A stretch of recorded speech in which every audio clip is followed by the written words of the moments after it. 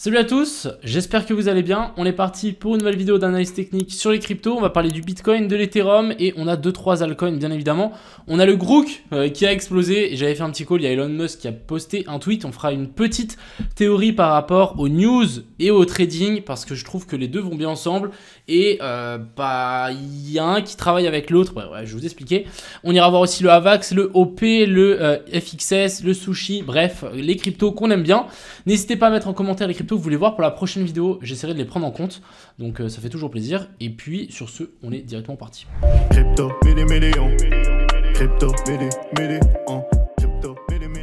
Alors, commençons directement ici par ce BTC qui est venu taper la zone des 44 400 et on a commencé un petit peu à corriger et je pense que tout est prévu.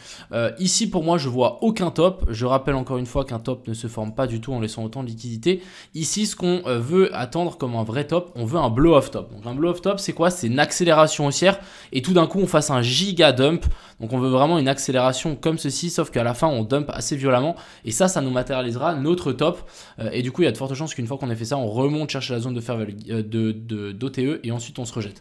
Ça c'est un vrai top. Pour le moment, un top autant longtemps comme ça, je n'y crois pas une seconde. Donc personnellement, ici je vois plutôt une pattern de continuation. En gros ici on est descendu en A, B et puis C. On est passé ici sous tous ces lots, donc on est venu récupérer toutes les poches de liquidité qui étaient placées ici en dessous.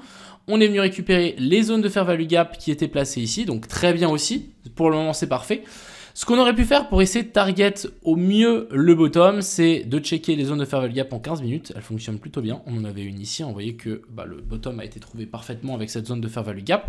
Et deuxièmement, un peu plus tricky, mais je trouve que les canals fonctionnent très bien. On aurait pris une parallèle à en fait un alignement au sommet. On aurait tiré ça jusque à un plus bas ici. Et vous voyez bien que le plus bas a été aussi très bien trouvé avec cette stratégie. C'est une stratégie qui marche très bien. Quand on est dans une pattern haussière et qu'on commence à corriger ici en laissant des sommets toujours plus bas, en fait ce qui est assez intéressant c'est que le plus bas va souvent se faire avec une accélération baissière et du coup vous tirez une parallèle par rapport au plus haut. Donc là actuellement le plus bas a été trouvé très bien. Si on zoome aussi un petit peu dessus, on a je trouve une petite pattern de retournement de structure. Donc si on passe même en une minute, vous allez pouvoir trouver ici notre fameux petit cos et boss, changement de caractère, correction ici en A, B et puis C. On a laissé une poche de liquidité là qu'on est venu récupérer. Ensuite ici on a recréé une petite inversion de structure et là on est en train de repartir gentiment mais sûrement. Encore une fois, je rappelle, cette inversion de structure en 1 minute n'est pas non plus waouh, j'aurais préféré quelque chose en 5 minutes. Mais en 5 minutes, on a ce qu'on aime bien, c'est la mèche de liquidation et on vient récupérer la mèche juste après la mèche de liquidation. Donc ça se fait aussi très bien. J'ai eu la chance de pouvoir long du BTC ici, j'ai long pour 10 Bitcoin parce que j'ai close mon long sur AVAX. Donc je me suis dit, ok, vas-y, je relonge sur BTC. Objectif vers la zone des 45 000, je pense que je cut mon long. Donc bottom vraiment clean pour le coup, j'apprécie fortement. Ce qu'il faudra juste surveiller, c'est pas qu'on fasse de nouveau du coup ce petit canal ici, je ne pense pas. Je pense qu'au moment ici on va réussir à s'accélérer, ça peut aller assez vite. Mine de rien, on a quand même une zone assez dure ici, vers la zone des 43 900. Ça risque d'être assez compliqué, on a une zone de fair value gap. Bref, ici ça va être une zone dure, à voir si on se fait rejeter ou pas. Mais voilà, personnellement en théorie, on est haussier, on vient chercher les lots. Ici en théorie, on devrait juste tout éclater. Autre théorie qu'on pourrait avoir par rapport à ça, c'est simplement notre accumulation. Donc ici, toute cette zone d'accumulation. Ensuite ici, on a la zone de manipulation. Et ensuite ici, on va avoir la zone d'expansion. Et ici, on risque de tout péter vers le haut. Alors, maintenant, quand je dis tout péter vers le haut, à voir. Parce que personnellement, je pense qu'on commence à se rapprocher d'un potentiel top. Ici, on voit que la parabole commence à être assez verticale. Et à un moment, c'est tellement vertical que ça craque. Donc, je pense qu'ici, on risque de faire un dernier pump peut-être entre la zone des 45 000 et comme je dis depuis un certain temps, 52 000. Encore, c'est très difficile de trouver un potentiel top là-dedans parce que ça peut s'accélérer assez vite. Donc pour le moment, il n'y a aucun top en vue. Je pense que ça va continuer à monter. Du coup, on hold, on patiente. Mais dès qu'on va avoir un blow-off top, là, ça va être intéressant de sortir. Et c'est là où on risque d'avoir les capitaux qui vont passer de Bitcoin à Ethereum, les grosses capitalisations. Et ensuite, ça va faire du rituellement descendre sur des autres petites cryptos beaucoup plus petites. Donc ça à surveiller. Du côté de la dominance du Bitcoin, on est aussi un petit peu en train de chuter. On peut largement corriger et venir s'appuyer sur ces anciens sommets. Donc rien de spécial. Pour moi, j'y vois vraiment une continuation haussière, plutôt une correction dans cette hausse. Donc personnellement, c'est pas encore terminé. Continuons ici, donc Ethereum contre BTC. Les gars, enfin, hier, je vous ai partagé un trade sur Ethereum sur mon Twitter et je me suis dit, ok, c'est le moment où jamais d'en acheter. Pourquoi? Parce qu'en fait, on était venu récupérer l'Equalo qui était là. Donc c'est exactement ce qu'on est venu faire. Et ensuite, qu'est-ce qu'on est venu faire?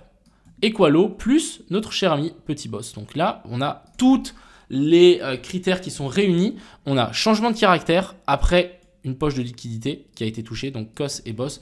Et là, on est en train de péter. On n'est pas à l'abri de nous refaire une petite redescente, mais clairement, on va péter sur l'Ethereum. Et du coup, on le voit bien, hein, le Bitcoin qui perd 0,5% et l'Ethereum qui prend 1,6%. Donc ça, c'est la position que je vous ai partagée hier sur mon Twitter. C'est aussi la position que j'ai prise sur le copy trading. Alors, simplement, c'est tout con. Hein. Vraiment, c'est tout con. On est dans une structure haussière. Donc, on fait une clôture au-dessus de l'ancienne mèche. Rien de spécial. Ensuite, ici, on fait une correction. On vient rechercher la zone OTE. Donc ici, on voit bien la zone des 705 qui a été extrêmement bien tenue.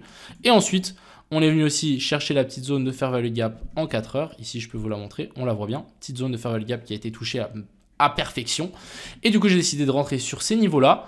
C'est juste magnifique. Franchement, c'est juste magnifique. J'ai l'impression qu'on est dans un espèce de canal baissier qui va être breakout vers le haut. Et qu'on va enfin avoir l'Ethereum qui va pumper. Merci, merci. Franchement, merci. Parce que sérieusement, tout ce qu'il a rattrapé l'Ethereum, on ne se rend pas du tout compte. Donc, personnellement, je vais vraiment hold ma position au maximum. Il y a beaucoup de gens qui me demandent un TP.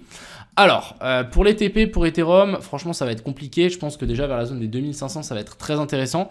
Mais après, est-ce qu'on ne peut pas faire comme un Bitcoin et venir chercher la zone des 0,108 qui se retrouve ici? Donc, c'est la petite zone très tillée. Vers la zone des 3400, je pense que c'est complètement faisable à partir du moment où le Bitcoin aura trouvé son top. Il faut que le Bitcoin trouve son top, qui corrige un petit peu, qui stagne, et ensuite on va avoir des capitaux qui vont rentrer dans l'Ethereum, et c'est à ce moment-là on va pouvoir s'accélérer vers le haut.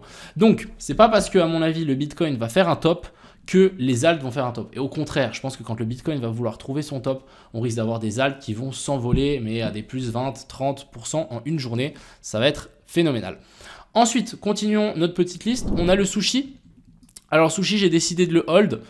Pourquoi? Même si on a traversé un petit peu ma zone OTE. Alors, j'avais tiré un petit Fibo de là à là et je m'étais dit, ok, il y a de fortes chances qu'on rebondisse dans cette zone OTE.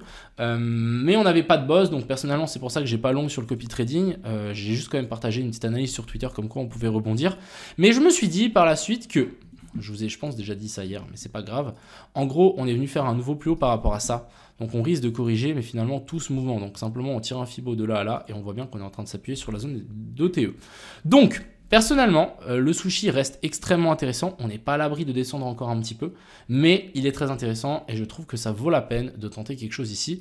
Surtout quand on voit la structure qui est en train de monter en escalier comme ça, j'ai l'impression qu'on est en train de faire chauffer la bouilloire et à un moment ça va péter, et quand ça va péter, il y a intérêt à être dans le train. Donc c'est pour ça que j'ai décidé de long ici. Je ne l'ai pas encore fait sur le copy trading. Dès qu'on a un boss, je vais le faire.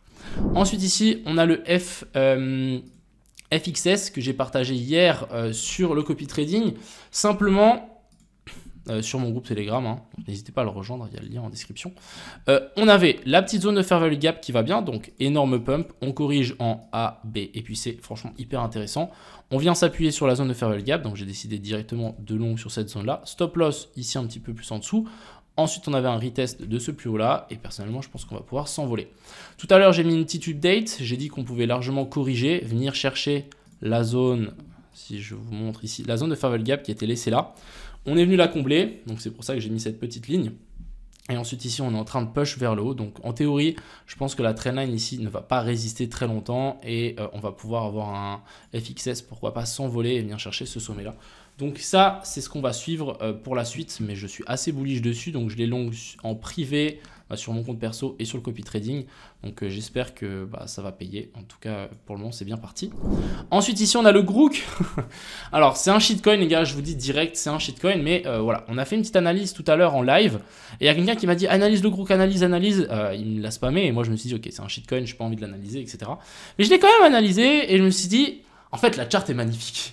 Du coup, j'ai décidé de long en spot. Donc, j'ai mis 5000 balles en spot et actuellement, j'ai déjà gagné 30%. Donc, c'est fou. En gros, on est venu faire un nouveau plus haut. On a corrigé la dernière hausse. On est venu chercher la zone OTE. On voyait qu'ici, on a la zone des 0,789 et la zone des 0,108. On est pile poil dedans. On a fait accumulation, manipulation, extension. Ce qui nous donne aussi un COS et un BOSS. On redescend chercher la zone OTE par rapport à ce niveau-là. Je vais juste zoomer ici. Donc en gros ici, on a notre COS et notre BOSS. On recorrige, on vient chercher cette zone OTE, on nous refait un boss ici et au moment du live, on était là. Donc je me suis dit, ok, open bar, vas-y, j'achète en spot. Donc j'en ai acheté en spot pour 5000 balles, je dois être à 6500, quelque chose comme ça. Et du coup, ici, on a fait un magnifique petit pump de 28%. Donc vraiment très qualitatif. Maintenant, à voir comment ça va se goupiller. Il y a eu un tweet de Elon Musk, c'est pour ça que ça a pump autant. C'est parce que Elon Musk, il a mis un tweet. Mais c'est là où on va rentrer dans ma théorie. En fait, les annonces et les news qu'il y a sur les coins, c'est des accélérateurs de patterns. Donc, je m'explique. En gros, avec ou sans les news, on va avoir des patterns de retournement, on va avoir des mouvements impulsifs. Sauf que les news vont nous accélérer ces patterns-là. Donc, c'est exactement ce qui s'est passé. Moi, en fait, j'ai long simplement parce que l'analyse technique et moi, ce que je connais et ce que je vois ici qu'on a un COS et un BOSS, mais en fait, je me suis dit, mais en fait, on est dans une zone parfaite de long. C'est pour ça que j'ai acheté. Mais j'ai pas du tout parié sur le fait que Elon Musk allait mettre un tweet. Et c'est là où il y a vraiment une grande différence. Il y a des fois où ça va même arriver beaucoup plus souvent que l'inverse, que ça ne marche pas. Mais en fait, les news vont vous accélérer vos trades. Et il y a de fortes chances des fois que vous TPiez beaucoup, vous allez TP beaucoup plus vite que si vous si vous n'avez pas ces news. Donc c'est là où ça devient très intéressant de simplement des fois longue et il y a des news qui vont vous accélérer la pattern et souvent dans votre cas. Donc ça sera souvent en bénéfice pour vous.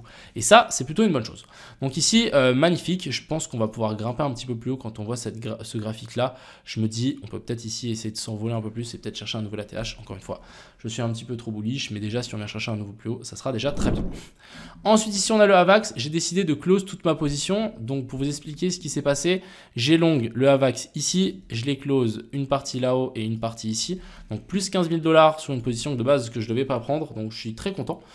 Pour le coup, j'ai décidé de close ma position. Pourquoi? Parce qu'on nous a fait un triple drive. Même si ici, la structure haussière est intacte, je me suis dit, j'ai pas envie de prendre le risque qu'ici, on fasse une giga bougie rouge. Donc, des fois, les gars, ça vaut la peine de prendre ces profits. Et ces profits-là, je les ai simplement remis sur le Bitcoin et j'ai long simplement le bottom ici. Donc, c'est très très bien. C'est un très très bon move de ma part. Donc, je suis très content. Même si j'ai close, c'est pas grave, même si ça continue à monter. Au moins, de temps en temps, c'est bien de prendre ces profits, ce que je ne fais pas assez. Et ensuite, ici, on a le optimisme qui lui a de nouveau swept le lot. Franchement, c'est un truc de fou. À chaque fois, on swept les lots. J'ai l'impression qu'ils veulent absolument sortir tous les longs de la chart. C'est plutôt bon signe. S'ils veulent sortir tous les longs de la chart, ça veut dire que c'est peut-être le moment de péter cette trendline, s'il vous plaît. Et si on pète cette trendline, je vous fais pas un dessin. J'ai toujours ma position sur le optimisme. Je m'attends vraiment à un giga pump. Je voudrais vraiment essayer de target vers la zone des 3 $. Ça me permettrait de faire pas mal de trucs vraiment cool et je pense que si on vient TP la zone des 3 $ et que je hold jusque là, je vous fais une dinguerie avec IMO, genre par exemple j'envoie 100 000 balles sur IMO et je les détruis, les coins que j'aurais acheté, je sais pas, un truc comme ça. Donc on verra. Écoutez, pour le moment c'est plutôt bon signe et je suis assez optimiste. Vous avez compris le jeu de mots, sur ces graphiques. Ensuite, ici, on a le injective, donc rien de spécial. Franchement, je veux le hold aussi, je l'ai dans le copy trading. On continue cette petite structure haussière. Rien de bien fou. J'espère qu'on va venir péter ces ATH. Pour le moment, on fait des plus bas, toujours plus haut. Donc, bon, rien de bien fou, mais voilà, je pense que c'est intéressant de hold. Et puis, pour le moment, on n'a aucune structure baissière. Donc, il faut juste être patient pour le coup. Et on va finir ici par le sand. Alors, je vais zoomer un petit peu dessus.